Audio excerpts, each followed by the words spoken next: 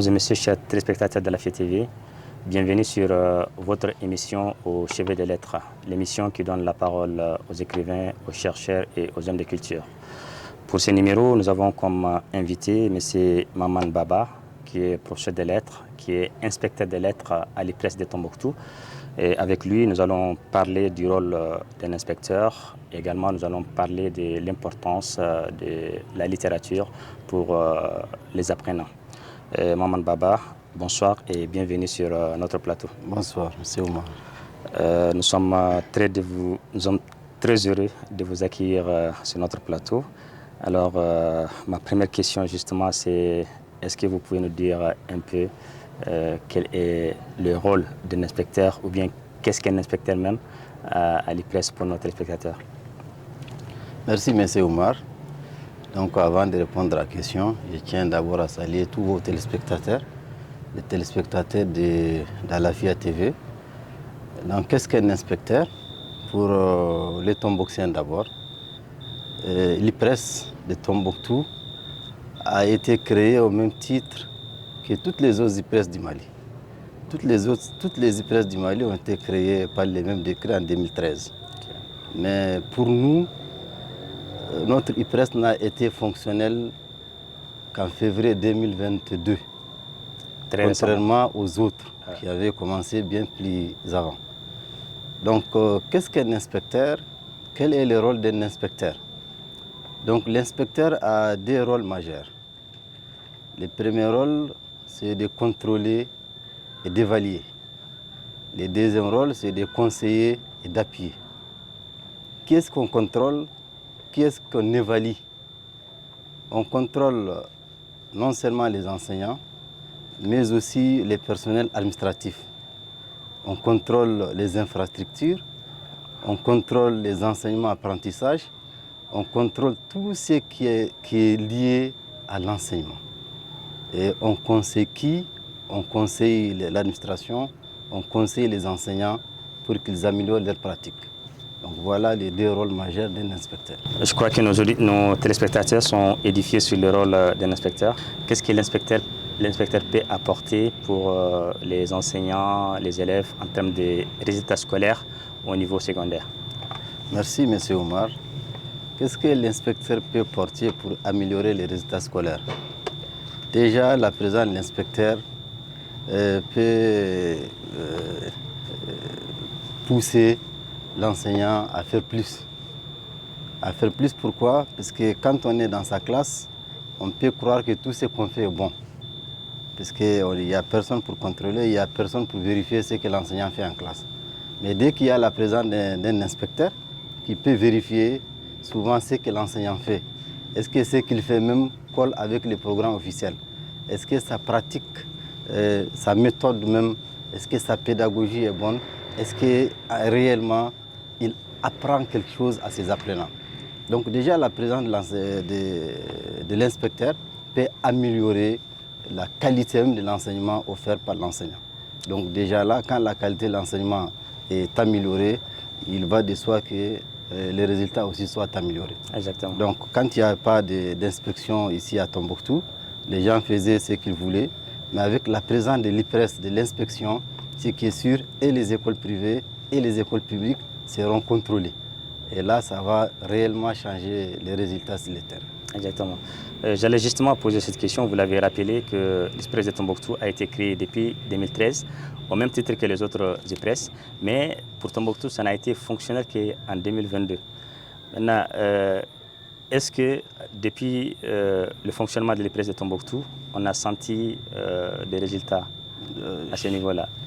Je crois que oui, on a senti un résultat, parce que de la nomination de ses premiers inspecteurs qu'il a rendu opérationnel à ce jour, l'IPRES a fait beaucoup de missions.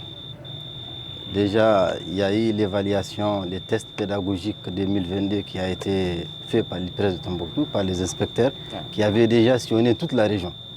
Avant, quand les inspecteurs venaient, ils se limitaient seulement à Tombouctou, où souvent ils font les autres sectes, notamment Direy, Gundam, Niafunké, mais jamais les inspecteurs ne sont allés à Rarousse. Mais cette année, l'IPRES a fait toute la région, de Rarousse à Niafunké, en passant par Direy, Gundam, etc. Donc déjà, cette première mission a été faite. Il y a eu aussi des sorties pour des appuis, pour des conseils au niveau des établissements qui sont ici, sur place, notamment à Elmat, notamment au niveau des Légir. Et même maintenant, l'IPRES programme une sortie la semaine prochaine dans toutes les écoles de Tombouctou-Ville et les écoles privées et les écoles publiques. Déjà là, ça va amener les enseignants, les écoles même à faire mieux que ce qu'ils sont en train de faire.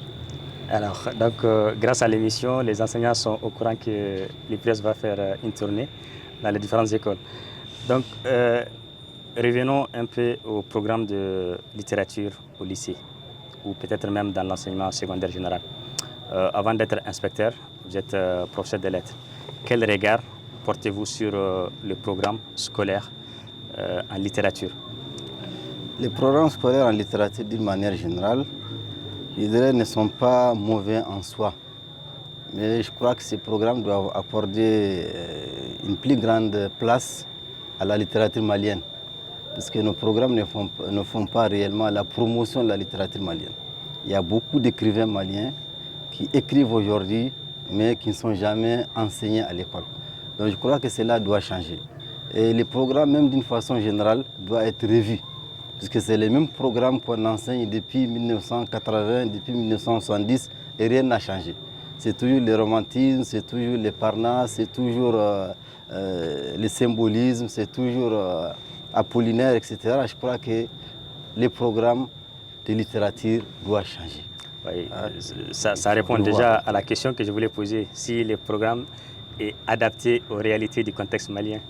Moi, je pense que, je ne dirais pas que le programme n'est pas adapté, mais en tout cas, il doit être amélioré pour être mieux adapté à nos réalités. Sinon, il y a des choses qui se font, que je trouve normales, parce qu'il faut aussi être collé un peu aux réalités du monde, mais il faut accorder une plus grande place à soi-même, à notre littérature. Voilà. D'accord. Maintenant, pour quelqu'un qui... Aujourd'hui, on sait que l'enseignement se fait avec l'APC, où on essaye quand même d'apprendre des compétences aux élèves. Quelles compétences peut-on acquérir grâce à la littérature, pour ceux qui ne savent pas? Merci, M. Oumar. Déjà, l'APC est une pratique exigeante. Il y a beaucoup d'exigences qu'il faut d'abord respecter pour réellement appliquer la méthode APC. Il faut être restreint dans la classe, ne pas être nombreux dans une classe de 25 à 30 personnes, puisque c'est une pratique qui met l'apprenant au cœur de sa formation. Et en ce qui concerne l'enseignement de la littérature, l'APC nous permet de développer 3 compétences. La première compétence, c'est la compétence de parler, communiquer oralement. La deuxième compétence, c'est la compétence d'écrire. Il faut amener les élèves aussi, les apprenants à savoir écrire. Exactement. Et la troisième compétence, c'est la compétence de lire. Il faut savoir lire, parce que la lecture aussi doit être bien connue. Exactement, c'est une compétence qu'on doit acquérir. C'est une compétence qu'on doit acquérir. Exactement. Qu'on doit acquérir. Alors, pour la compétence de bien parler, aujourd'hui, on voit que des gens ils payent de fortune pour savoir s'exprimer en public, alors que peut-être ils ont occulté cet aspect au lycée. Ils pouvaient, à travers les exposés, à travers les échanges, déjà commencer à acquérir cette compétence. Oh, oui, déjà au lycée, ils peuvent acquérir cette compétence, la compétence de parler oralement. Parce que, comme je l'ai dit, c'est vraiment une méthode, une très bonne méthode, mais qui a beaucoup d'exigences. Non seulement il faut que les enseignants qui doivent l'appliquer soient bien formés pour pouvoir bien l'appliquer. Parce qu'on constate toujours qu'il y a l'APC, il y a le programme de l'APC, mais comme l'autre programme est souvent plus facile à appliquer que l'APC, les enseignants continuent toujours avec l'ancien programme. Alors que l'APC est bien clair.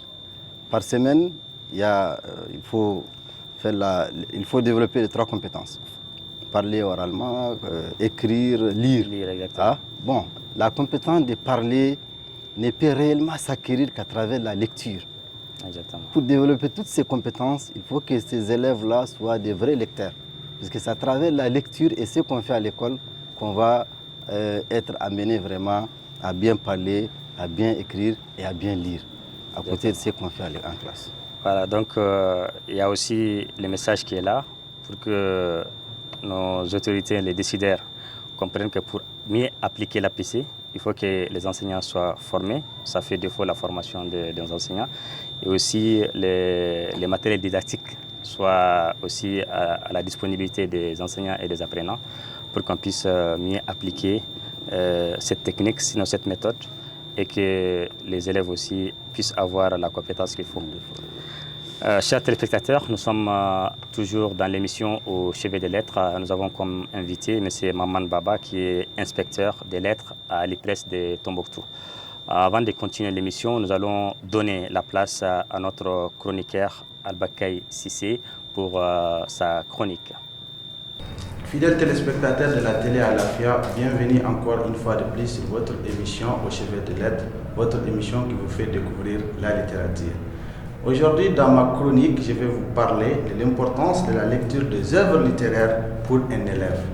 Un élève, pourquoi? Parce que si nous prenons les lycées par exemple, l'intégrale du programme de littérature de français est basé sur la littérature. De la 10e et la 11e, il y a une bibliographie importante qui est enseignée à ces élèves afin de susciter chez eux l'amour de la lecture.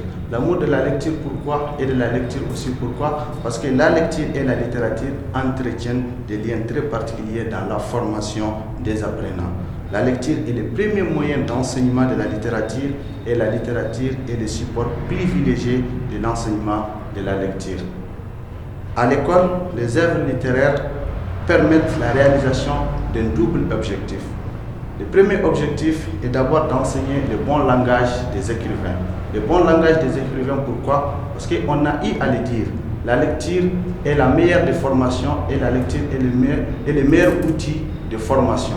L'élève qui lit est toujours différent des autres élèves parce qu'il a un bagage intellectuel, il fait des découvertes et a une facilité, une aisance d'expression qui n'est pas chez les autres. Parce que la découverte qu'il va faire, ce qu'il va découvrir dans les livres et les expressions que les auteurs utilisent dans les livres vont beaucoup aider cet élève à avoir quand même une facilité d'expression.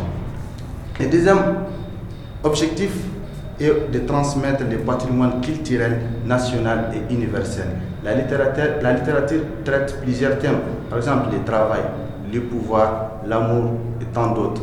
Toutes ces idées sont développées dans la littérature à travers des arguments, à travers des exemples illustratifs que les auteurs utilisent qui permettent de convaincre. Donc la littérature est aussi un outil de persuasion que l'élève qui lit peut avoir chez lui que les autres élèves n'ont pas, juste parce que cet élève fouille les livres, cet élève fait des découvertes dans ces livres-là qui lui permettent d'avoir des idées à développer et à développer plusieurs compétences qui n'est pas chez les autres élèves.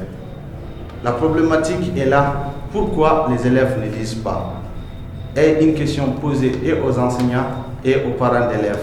Pourquoi aux enseignants et aux parents d'élèves? Parce que l'école aujourd'hui même n'offre pas de possibilités de lecture aux élèves et les parents aussi ne favorisent pas, n'appuient pas surtout les élèves à aller vers la lecture. Ceci m'oblige à répéter la citation d'Albert Einstein sur la lecture. Je cite: « Si vous voulez que vos enfants soient intelligents, lisez-leur des contes. Si vous voulez que vos enfants soient plus intelligents, lisez-leur des contes. » Fin de citation. Donc la lecture, c'est sur quoi et les parents d'élèves et les enseignants doivent orienter les élèves. Je ferme ma chronique avec cette célèbre citation de Nelson Mandela. Je cite: « Une nation qui lit est une nation qui gagne. » C'est la fin de la chronique. Je vous dis merci et nous nous retrouvons la semaine prochaine pour un autre thème. D'ici là, portez-vous bien. Merci Albakay pour cette chronique. Donc nous revenons sur notre plateau avec M. Maman Baba. Vous avez beaucoup parlé de la lecture qui est très important pour les apprenants. Qu'est-ce qu'il faut pour ramener les élèves à la lecture? Qu'est-ce qu'il faut pour ramener les élèves à la lecture? Déjà en classe, parce que ça ne se fait plus, parce qu'on sent que les élèves sont paresseux, mais nous, Les enseignants aussi doivent fournir beaucoup plus d'efforts pour amener les élèves à faire des exposés en classe. Parce que c'est à travers les exposés qu'on pousse les élèves aussi à la recherche. Parce que quand on donne un document à exposer à un élève, il est obligé d'aller chercher le document, de venir exposer le document. Donc déjà là, on les pousse vers la lecture. Mais pour que cela soit réel, il faut que l'État fournisse un grand effort. L'effort de multiplier les bibliothèques, l'effort aussi d'adapter nos bibliothèques au programme scolaire. Il y a beaucoup de documents qui sont dans les programmes, mais qu'on ne retrouve pas dans nos bibliothèques scolaires. Donc ces bibliothèques-là doivent vraiment être bien dotées pour que les élèves puissent être des vrais lecteurs. Parce que ce que l'élève veut lire, c'est ce qui est dans son programme. Mais quand on a les livres qui sont au programme, mais qui ne se retrouvent pas, qu'on ne retrouve pas dans nos bibliothèques, c'est un problème. Au-delà de ces bibliothèques scolaires, il faut créer des bibliothèques dans la ville. Il y avait des bibliothèques pour la lecture publique. Il faut multiplier ces actions-là, créer des bibliothèques un peu partout dans les villes et pousser vraiment les élèves à la lecture. Les parents aussi ont leur part. Les parents aussi, au lieu de faire des cadeaux, des téléphones et autres pour les enfants, il faut payer des documents aux enfants, aux élèves pour qu'ils puissent lire et les encourager à lire. Je crois que c'est à travers ça qu'on peut améliorer les niveaux que tout le monde décrit aujourd'hui. Tous les Maliens décrivent les niveaux de nos élèves, des Maliens d'une manière générale, parce que c'est un niveau qui laisse à désirer, pas seulement les élèves, mais les Maliens d'une manière générale. Et cela ne peut changer qu'à travers la lecture, que tout le monde se mette à la lecture et les choses vont évoluer. Comme le dit Mandela, une nation qui lit est une nation qui gagne. Ouais. Alors, à votre niveau dans les IPRES, est-ce que vous avez la possibilité de faire des observations pour votre hiérarchie concernant le programme, pour l'adapter à nos réalités?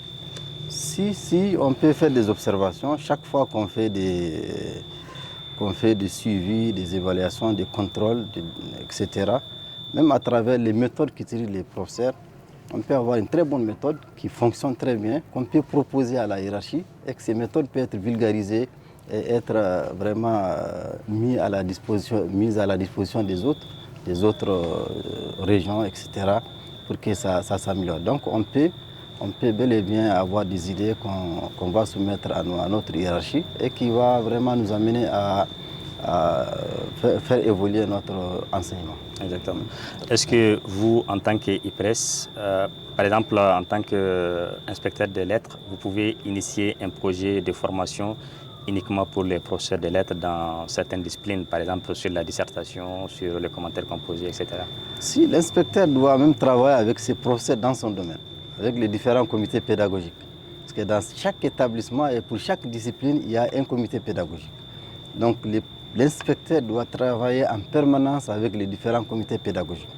Le comité doit même fournir un rapport annuel à l'inspecteur et il peut vraiment, avec eux, organiser des journées pédagogiques, échanger, des journées d'échange et même élaborer des documents ensemble. Ils peuvent élaborer des documents. Donc l'inspecteur travaille en permanence avec les comités pédagogiques, avec les professeurs. Lui, il peut initier une formation dans son domaine, c'est bien possible. Mais toujours faut-il que les moyens soient là. Ah, tout dépend des moyens. Parce que quand on initie une formation aussi, il faut avoir le minimum de moyens. Si ces moyens existent, chacun dans son domaine peut chaque fois initier des formations. Donc toujours dans le cadre de l'enseignement de la littérature, comment est-ce qu'on peut montrer réellement l'importance de l'enseignement de la littérature pour les élèves? Bon, c'est peut-être à travers des conférences, à travers des cafés littéraires, à travers des exposés publics, c'est-à-dire un professeur, à travers les clubs de lecture. On peut créer des clubs de lecture. Donc à travers les clubs de lecture, à travers les cafés littéraires, à travers des conférences, on peut vraiment amener les élèves à aimer la lecture et à lire. Exactement. Donc, voilà. Donc effectivement, c'est à travers les cafés littéraires et autres, parce que dans certaines zones, on amène carrément un écrivain qui va exposer son livre. Mais il faudrait aussi avoir de l'encouragement du côté du personnel de l'école. Exactement. Alors, qu'est-ce que vous pouvez nous donner en tant qu'enseignant comme conseil pour améliorer notre façon de faire? Je parle surtout des enseignants. Bon, pour être performant? Pour être performant, l'enseignant doit être un perpétuel chercheur. C'est quelqu'un qui doit être un très grand lecteur. Parce que l'enseignant doit être un homme très cultivé. Et la culture ne se trouve que dans les livres. Donc pour être bien cultivé, il faut être un bon lecteur. Donc l'enseignant, pour s'améliorer et pour améliorer l'éducation même, il faut qu'il soit très grand lecteur. Que l'on soit scientifique ou littéraire, c'est d'abord la lecture qui donne la connaissance. Et c'est quand on maîtrise bien qu'on peut partager avec les autres. Donc les enseignants aussi doivent améliorer leur pratique en allant vers la lecture. L'État doit fournir un effort de ses côtés aussi pour les mettre dans toutes les conditions pour qu'ils ne soient pas dans les besoins et que la recherche soit vraiment quelque chose de très important pour les enseignants. Est-ce que au niveau de l'IPRES, il y a des rencontres interdisciplinaires? Par exemple, l'inspecteur de philo avec l'inspecteur de lettres pour voir les domaines de compétences qui s'approchent et les développer ensemble? Oui, parce que vous savez qu'avec l'APC, c'est des domaines. C'est des domaines maintenant, au-delà même de la discipline, on est dans déjà l'interdisciplinarité. Ah, c'est des domaines. Exactement. Quand on dit domaine LC, langue et littérature, il y a beaucoup de disciplines qui font partie. Bien sûr. Ah, voilà. Quand on dit SMT, il y a beaucoup de disciplines, donc c'est des domaines. Bien sûr. Ça, c'est même une obligation. C'est même une obligation pour les inspecteurs. Alors, M. Maman Baba, parlons un peu des écoles privées. L'IPRES, est-ce que vous contrôlez, vous avez parlé de ça? Comment le contrôle se fait au niveau des enseignants et même des écoles? Parce que cette année, on a constaté qu'il y a beaucoup d'écoles qui n'ont pas pu recevoir des élèves orientés là-bas. Comment ça se passe à ce niveau-là? Merci, M. Oumar. Donc l'IPRES, comme je l'avais dit au départ, a pour mission de contrôler et d'évaluer. Donc les écoles privées aussi sont contrôlées et évaluées par l'IPRES, en collaboration bien sûr avec l'académie. Donc de ces faits, en début d'année, avant l'ouverture, avant l'orientation des nouveaux admis au bac, au DEF surtout, l'IPRES fait ce qu'on appelle l'évaluation des écoles privées pour l'éligibilité. Pas toutes les écoles, mais les écoles qui viennent d'avoir la décision de création, d'ouverture. Donc pour savoir est-ce qu'ils remplissent toutes les conditions pour recevoir des élèves. Et pour recevoir des élèves, il y a des critères. Il faut avoir minimum 6 salles de classe quand même. Il faut avoir un personnel enseignant qualifié, il faut avoir un personnel administratif qualifié, il faut avoir des latrines, il faut en quelque sorte avoir vraiment un établissement digne de ce nom. Donc, cette année, il y a beaucoup d'établissements qui n'ont pas eu d'élèves, je ne sais pas pourquoi, parce qu'il y en a qui recevaient déjà beaucoup d'élèves, il y en a qui répondent pratiquement aux critères, qui sont des écoles bien bâties. Malheureusement, je ne sais pas pourquoi. Là, je ne peux vraiment pas me prononcer là-dessus. Mais ce qui est sûr, c'est qu'il y a des écoles qui sont même fonctionnelles, mais en réalité qui ne remplissent pas les conditions. Et il faut que d'un moment à l'autre, l'État peut prendre ses responsabilités et mettre les choses dans l'ordre. Exactement. Voilà. Exactement. Concernant le contrôle des enseignants dans les privés, comment ça se passe? Est-ce qu'en cas d'incompétence ou quelque chose comme ça, il y a des sanctions? Ça se passe comment? Si le contrôle des enseignants dans les privés, si on constate qu'il y a un enseignant qui ne répond pas aux normes, c'est-à-dire pour être enseignant dans l'enseignement secondaire, il faut avoir au minimum la licence, en tout cas pour certaines matières, il faut avoir au minimum la licence, sinon il faut sortir de l'INSIP carrément. Donc si tu n'es pas sortant de l'INSIP, tu ne remplis pas toutes les conditions, il va de soi que l'IPRES peut demander à ton établissement vraiment de mettre fin au contrat. Ça c'est du rôle quand même de l'IPRES, parce que c'est pour que la qualité de l'enseignement soit améliorée. Et pour améliorer la qualité de l'enseignement, il faut aussi amener des enseignants de qualité qui sont en mesure de bien faire le travail. Si on constate vraiment qu'il y a des failles, il y a quelqu'un qui fait ce qu'il ne doit pas faire, vraiment des sanctions peuvent tomber. Et si c'est l'école qui ne respecte pas les droits de l'enseignant? L'IPRES rend compte à sa hiérarchie et la hiérarchie prend la décision qui s'impose. D'accord. Alors, parlons un peu de la collaboration entre l'IPRES et les autres services de l'éducation comme l'Académie, les CAP. Comment la collaboration se passe? très bonne collaboration entre l'IPRES, l'Académie et les CAP, parce que nous n'avons même pas le choix. Nous avons les mêmes objectifs, que ce soit IPRES, que ce soit Académie ou CAP ou les différentes directions de différents établissements. Nous avons les mêmes objectifs, c'est-à-dire l'amélioration du système éducatif au Mali. Donc nous œuvrons tous pour ça, c'est pourquoi nous sommes obligés de travailler ensemble et nous travaillons ensemble. La collaboration elle est très bonne, elle est parfaite, sans aucun problème. Nous sommes presque au terme de notre émission. Est-ce que vous avez un dernier mot? Merci. Si j'ai un dernier mot, c'est vraiment demander aux autorités de mettre les conditions à la disposition de toutes les IPRES du Mali pour qu'elles puissent bien faire leur travail. Parce que l'IPRES a un très grand rôle à jouer. Pour ceux qui ne comprennent pas, l'IPRES est pratiquement synonyme de CAP. Au niveau fondamental, on dit les CAP, Centre d'animation pédagogique. Et dans les temps, on l'appelait même inspection. Exactement. C'est la même chose que notre inspection. C'est l'inspection au niveau secondaire, c'est comme les CAP au niveau fondamental. Okay. Donc si les conditions ne sont pas réunies, les IPRES ne pourront pas faire correctement le travail. Exactement. Donc que les moyens soient vraiment mis à leur disposition. Déjà les moyens sont là, mais il faut les améliorer pour que les IPRES fassent correctement ce qu'ils ont à faire. Merci Maman Baba d'avoir répondu à notre invitation. Chers téléspectateurs, nous sommes arrivés au terme de notre émission. Nous avions comme invité M. Maman Baba, qui est inspecteur des lettres à l'IPRES de Tombouctou. Nous vous donnons rendez-vous le samedi prochain à la même heure sur votre chaîne Alafia TV. Au revoir.